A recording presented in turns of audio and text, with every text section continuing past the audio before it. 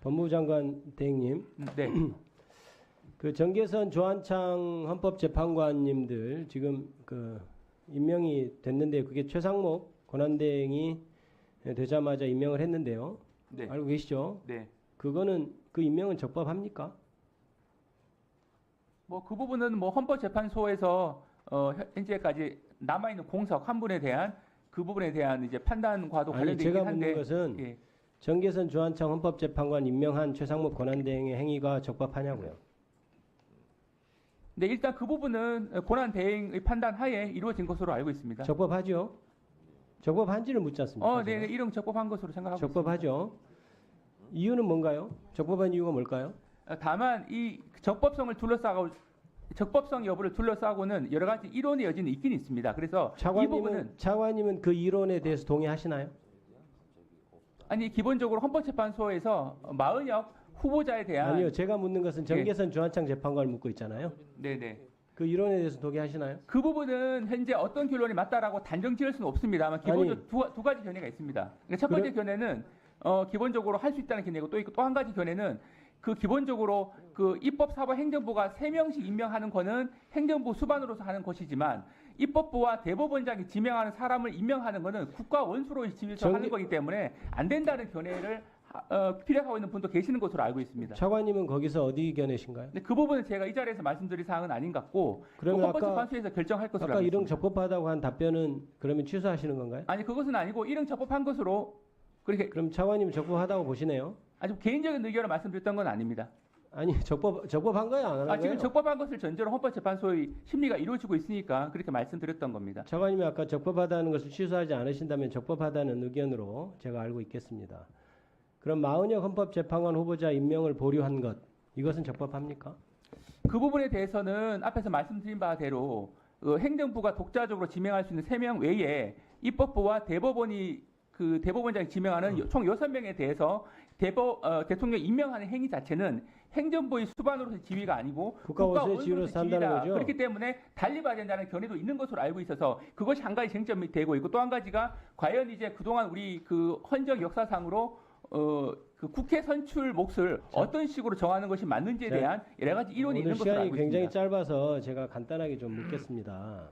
대통령 임명권의 본질이 대통령이 다 마음에 들어야 임명하는 거라고 생각하신가요?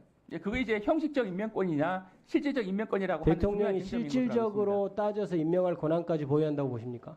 네, 그 부분은 이제 헌법재판소에서 판단할 것으로 알고 있습니다. 그러면 대통령이 실질적으로 마음에 안 드는 사람 임명 안 하면 그게 대통령이 9명 다 임명하는 거지. 어떻게 네. 어떻게 그래서, 입법 사법에 의견을 들어서 임명하는 겁니까 그게? 그래서 위원님께서 말씀하신 문제점 그래서 때문에 헌법재판소 어떤 주석이라든지 이런 데서 당연히 형식적 임명권 그러니까 예를 들어 정말 법적으로 말이 안 되는 사람을 추천해 왔다든지 요건들이 있잖아요. 그런 거 정도는 볼 수 있는 것이지 실질적으로 내가 마음에 안 든다 이렇게 해서 임명을 거부할 권한은 없는 것이죠. 차관님 어떻게 생각하세요? 네. 그 기본적으로 그 입법부와 사법부가 지명하는 사람을 임명하는 그 방식에 대해서는 이 국가 원수로서의 지위에서 이루어지는 것이 그렇다 하더라도 아니냐라는 제가 이론이 있어서 말씀드리잖아요. 실질적으로 내가 마음에 안 든다고 임명을 안 한다든지 그리고 여야 합의가 안 됐다고 하는데 우리 저기 그렇게 주장하는데 어느 법에 여야 합의를 해서 선출하도록 돼 있어요? 네, 그 그런 법을 부분은 보신 적 있나요? 그 부분은 쟁점이 되고 있기 때문에 아니 그런 법이 있냐고 묻습니다. 여야 명문의 합의를 규정 통해서 없습니다. 선출해야 된다는 규정이 있는지를 물어요. 명문의 규정은 없습니다. 명문 규정이 없죠. 네, 그렇습니다. 그런데도 여야 합의가 안 돼서 막 헌법재판관을 임명할 수 없다라고 하는 것은 법적으로 해석의 범위를 넘어선 것 아닌가요? 다만 국회 선출이라고 하는 문헌의 해석을 둘러싼 이론이 존재한다라고 말씀드립니다. 왜 법을 넘어서서 해석합니까? 법에 여야 합의를 해서 선출하라 이런 게 있다면 당연히 여야 합의를 해야 되겠죠. 근데 그런 문헌이 없잖아요. 선출한 사람을 임명하도록 되어 있는데 왜 갑자기 어느 누가 나타나서 여야 합의가 있어야 한다고 법에도 없는 규정을 들이댑니까?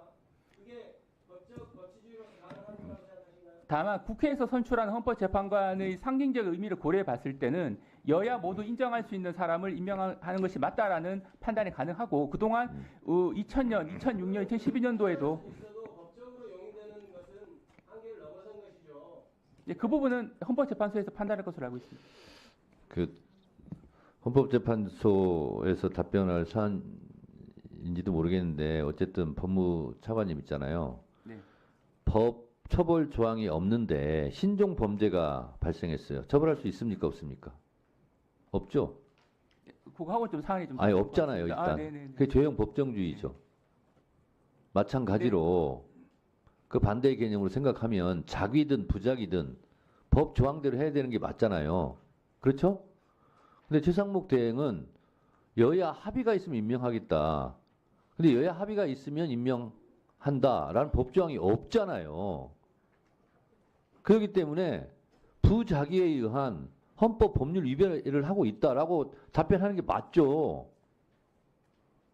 우리 헌법 소급 입법도 위헌이잖아요. 왜 없는 법조항을 끌어다가 여야가 합의해야 임명할 수 있다. 명백한 위법행위죠. 그 자체가. 근데 법무부 다만- 차관이 이거를 명백하게 알고 있음에도 불구하고 뭘 눈치 보고 그 답변을 안 하고 있어요? 네, 다만 그동안 우리 다만 헌법재판소- 얘기하지 마시고요. 제가 말한 부분에 대해서 뭐가 잘못됐어요? 그냥 그대로 답변하시면 될 걸 가지고. 그리고 그것을 최상목 대행이 받아들이고 안 받아들이고는 그분의 몫이지만 아니, 법을 정확하게 해석하고 집행해야 될 법무부 장관 직무대행께서 그걸 뭘 우물대고 자꾸 이렇게 둘러대려고 그래요. 명백하잖아요. 법조항이 없잖아요, 그게. 그럼 위법이지. 다음은